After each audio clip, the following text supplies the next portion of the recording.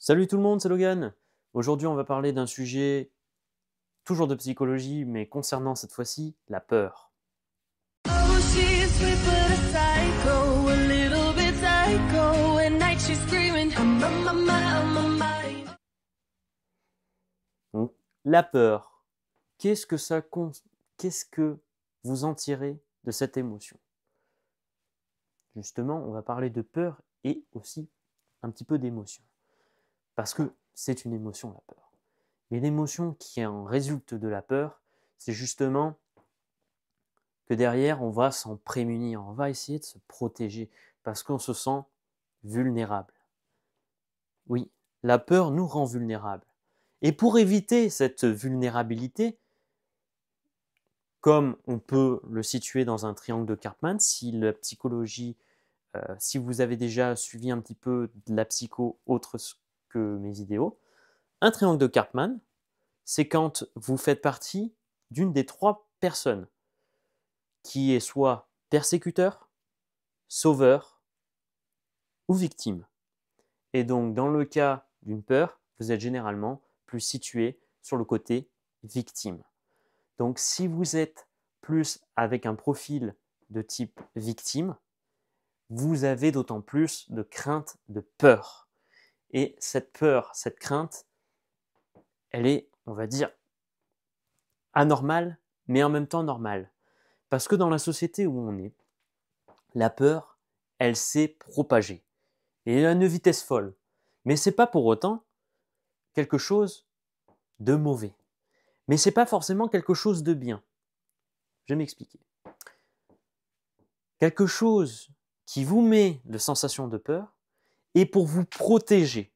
Donc, en soi, c'est quelque chose de positif parce que vous vous protégez, donc du coup, vous vous sécurisez.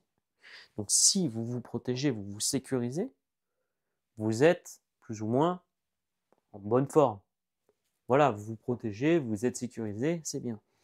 Mais si vous vous surprotégez, si vous vous camouflez avec votre grosse armure, est-ce que ça sert vraiment d'avoir en permanence sur soi une grande armure pour se protéger de toute attaque?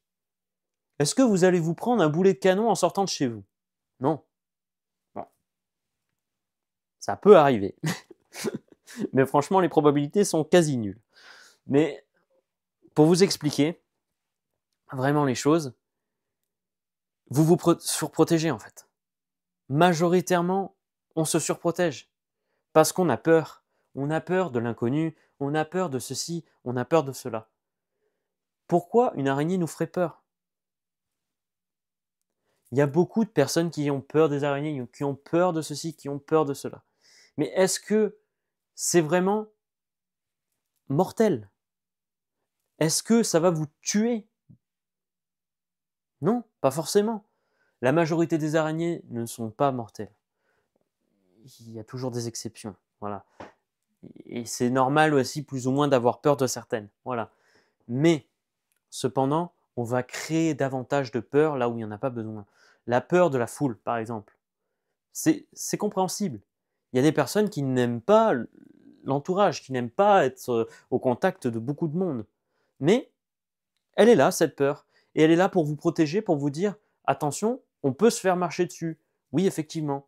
Mais est-ce que c'est vital? Est-ce que c'est vraiment nécessaire d'avoir cette peur? Bah, je crois pas en fait. Vous avez vraiment peur d'un truc qui, au final, n'a pas vraiment besoin d'y être. Vous n'avez pas besoin de vous protéger de ça. Même si vous vous sentez inconfortable, c'est une position qui vous rend inconfortable. Mais ça, en aucun cas, ça doit vous représenter plus ou moins cette peur. Parce qu'au final, cette peur, on s'en protège, comme je vous ai dit. Et quand on s'en protège, on utilise, je ressors ma roue, mécanisme de défense. Un mécanisme de défense, c'est donc quelque chose qui vient nous protéger, qui vient nous rassurer, qui vient nous sécuriser. Ce sont trois mots essentiels sur lesquels il faut se sentir rassuré. Il faut se sentir aimé, apprécié, cajolé. Voilà, tous des synonymes du mot confort, rassuré.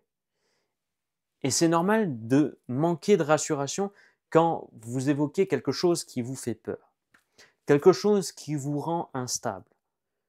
Et c'est justement ces choses-là sur lesquelles il faut travailler. Parce que ces choses qui vous rendent instable, c'est ces choses-là qui font que, plus ou moins, vous allez vous surprotéger. On surprotège nos enfants déjà. On surprotège beaucoup trop nos enfants. Et ça, c'est vrai. On surprotège nos enfants. Il ne faut pas qu'ils aillent ici, il ne faut pas que ceci, il ne faut pas que cela. À l'époque, il n'y avait pas vraiment tout ça. Et les enfants grandissaient. Il n'y avait pas vraiment de restrictions. Ah mon Dieu, tu es tombé dans la boue. Oui, il est couvert de boue. Ah oui, mais c'est grave. Il ne va pas en mourir. Mais voilà, on surprotège nos enfants. On surprotège plus ou moins les gens qu'on aime, les gens qu'on apprécie. Et c'est normal. C'est normal de craindre un petit peu pour l'autre. Mais trop craindre, justement, ces personnes, trop les craindre, vous voyez, c'est un peu mauvais. Donc, au final, vous allez créer de la peur, vous allez créer de la frustration, vous allez créer de l'anxiété, vous allez créer tout ça. Et l'anxiété, je vous ai déjà dit, si vous suivez mes vidéos, le téléphone, on cherche à aller vite, toujours plus vite, toujours plus vite, toujours plus vite. Les voitures, c'est pareil. Quand vous circulez en voiture, vous allez beaucoup plus vite que si vous circulez à chevaux ou en calèche. Donc on a évolué en rapidité. Mais au final, cette rapidité se paye au niveau de nos sentiments, de nos sensations, de nos émotions. On vient à créer de l'anxiété, du stress, de l'angoisse. À l'époque, il y en avait, mais beaucoup moins. Et on était beaucoup moins dans l'affolement. Qu'aujourd'hui, le temps c'est de l'argent, nanani nanana, il faut bosser vite, il faut qu'il y ait de rendement synthétique, il faut que ceci, il faut que cela. Sauf qu'au final, à trop vouloir aller vite, on finit par se casser, à s'user et à se détruire. Mentalement comme physiquement. Je vous assure qu'il y a énormément de personnes qui tournent vers le surmenage, vers leur burn-out. Et c'est des choses qui sont liées également à ce stress, à cette anxiété, qui est plus ou moins une émotion assez similaire à de la peur. Parce que vous êtes stressé, vous êtes nerveux, anxieux. C'est des choses qui ont, pour moi, je pense, à peu près le même registre que celle de la peur. Vous avez peur de ne pas le faire assez vite, de ne pas le faire assez bien, de ne pas le faire assez efficacement, et donc ça vous rend nerveux, ça vous rend anxieux, ça vous crée du stress. Toutes ces émotions sont proches et similaires à la peur. Et je vous assure que la peur, elle est omniprésente. Elle est omniprésente. Vous avez peur quand vous prenez la voiture, vous avez peur quand vous traversez au passage piéton, vous avez peur. Ben oui, si vous n'avez pas peur au passage piéton, il faudrait se méfier. Parce que si vous n'avez pas peur au passage piéton que vous passez au rouge, à un moment donné, ça va vous ramener à la raison. Une voiture qui vous file devant, oh purée, j'ai failli me faire écraser. Là, vous allez avoir un choc. Et ça va vous choquer, ça peut même vous traumatiser. Je vous ai dit, un trauma mène vers un traumatisme. Un trauma est un choc. Alors un choc qui peut être une blessure physique ou mentale qui mène du coup à un traumatisme. Ce traumatisme, c'est donc la résultante qui en est un changement. Un changement, je me suis pété la jambe, maintenant je suis en fauteuil roulant. Ou je suis en béquille. Donc mon traumatisme, c'est d'être en béquille en fauteuil roulant. Mais mon trauma, c'est que je me suis pris le trou là-bas pour tomber et que je me suis pété la jambe. Voilà. Un exemple parmi tant d'autres. Et pour vous illustrer les choses, il m'est important de vous métamorphoser tout ça. Mais oui, c'est ça. Il faut faire des métaphores. Je peux mieux expliquer, en fait, vous illustrer les choses grâce à mes métaphores, justement. Et je pense que c'est assez évocateur et essentiel. Vous comprenez mieux, justement, avec des exemples que, je pense, juste en blablatant, en expliquant les choses. Et il y a d'autant plus de choses qui est important, comme les émotions, comme je vous ai dit. Ben en fait, si vous ne maîtrisez pas vos émotions, vous êtes instable émotionnellement. Et si vous ne savez pas gérer vos émotions, et ben du coup, ça vous rend impulsif. Alors, le mot impulsivité, du coup, qu'est-ce qu'il veut dire?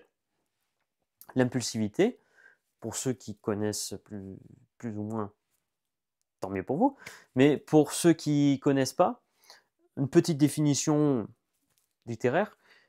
Donc, l'impulsivité, comme son nom l'indique, c'est donc que vous ne maîtrisez pas vos émotions, qui prennent le dessus, et donc qui agit, qui ne passe plus par la conscience et la raison, mais qui agit instinctivement. Instinctif. Le mot instinctif, vraiment, il veut dire que c'est votre instinct, c'est quelque chose qui ne se maîtrise pas, comme par exemple un livre qui tombe, vous avez le réflexe, instinct, réflexe, de récupérer ce livre pour éviter qu'il tombe, pour éviter qu'il se déchire. Voilà. Mais c'est des choses auxquelles vraiment c'est essentiel, c'est vraiment important de comprendre que justement cette impulsivité, on l'a tous. On a tous à un moment donné une colère tellement forte, généralement c'est lié à la colère, mais une colère tellement forte qu'au final vous vous emportez et que vous allez vous déchaîner sur la personne en face. Alors que cette personne, au final, elle est plus ou moins responsable, mais il y a une partie de vous quand même qui va trop loin. Voilà. Et donc, cette impulsivité, c'est ça. C'est quand vous avez le sentiment de perdre le contrôle de vos émotions, de ce que vous dites, de ce que vous faites. Et je vous assure qu'il y en a plein. Un truc tout bête, quelqu'un qui vient rager sur des jeux vidéo ou autres, il donne un coup de poing. Voilà, il donne un coup de poing, c'est impulsif. C'est quelque chose de physique, mais c'est impulsif. C'est quelque chose qui n'est pas forcément maîtrisé, qui n'est pas forcément maîtrisable, mais qui peut s'apprendre à se gérer, qui peut apprendre à se dire, oui, effectivement, j'ai du mal à gérer mes émotions. Et de se dire, ok, j'ai du mal à gérer mes émotions, c'est déjà, comme je vous ai dit, 3 points essentiels pour apprendre de ses erreurs. Pour apprendre de ses erreurs, il faut connaître, comprendre qu'on a fait une erreur. 2, admettre qu'on a fait une erreur. Ça, c'est le plus gros. Hein. Et c'est vraiment le truc où ça fait tout.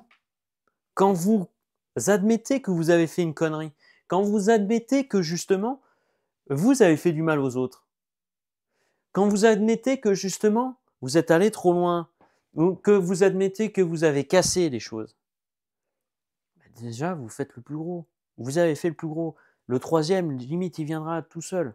Il viendra après, presque tout seul. Le troisième, si vous voulez qu'il vienne plus vite, c'est qu'est-ce que je peux faire pour améliorer les choses? Qu'est-ce que je peux faire pour améliorer? Qu'est-ce que je peux faire pour éviter d'en arriver là? Et je vous assure que si déjà vous faites le premier truc, vous avez compris que vous avez fait une connerie, que vous avez fait plus ou moins des erreurs, des fautes. Les deux, que vous avez admis vos bêtises. Je vous assure que déjà, vous faites le plus gros des choses. La plus grosse part. La plus grosse part est partie. Il y a 2 choses essentielles. S'excuser, pardonner. S'excuser, c'est venir dire désolé, excuse-moi, je me suis mal comporté. Et pardonner, c'est plus pardonne-moi, pardon, j'ai vraiment fait de la merde, nanani. C'est demander le pardon. Donc au final, c'est pas vous qui l'avez le pardon, c'est que vous demandez le pardon. Alors que si c'est des excuses, bah c'est vous qui donnez des excuses. C'est vous qui donnez les excuses, mais vous n'allez pas forcément avoir le retour. Alors qu'un pardon, c'est vous demandez le pardon et vous l'obtenez ou vous l'obtenez pas. La nuance, elle est là.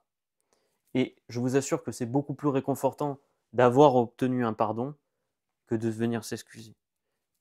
Pour la personne en face, ça l'est également. Et ça, c'est des choses essentielles. Mais c'est des choses auxquelles il faut forcément commettre plus ou moins des erreurs pour progresser. Donc, laissez les gens faire des erreurs et pardonnez les erreurs des autres. Parce que vous aussi, vous allez commettre des erreurs et vous aussi, vous allez devoir demander plus ou moins un pardon. Voilà. Je vous clôture un petit peu cette vidéo là-dessus. Pas très joyeux, mais voilà, on garde la motivation, l'espoir, hein, il n'y a pas de problème. Et puis si jamais vous avez moindre souci, des questions ou quoi, n'hésitez pas, les commentaires sont là pour ça. Et je ne suis pas le seul à vous aider potentiellement. On est une communauté, donc on est là pour s'aider les uns les autres mutuellement. Voilà, en tant qu'humain.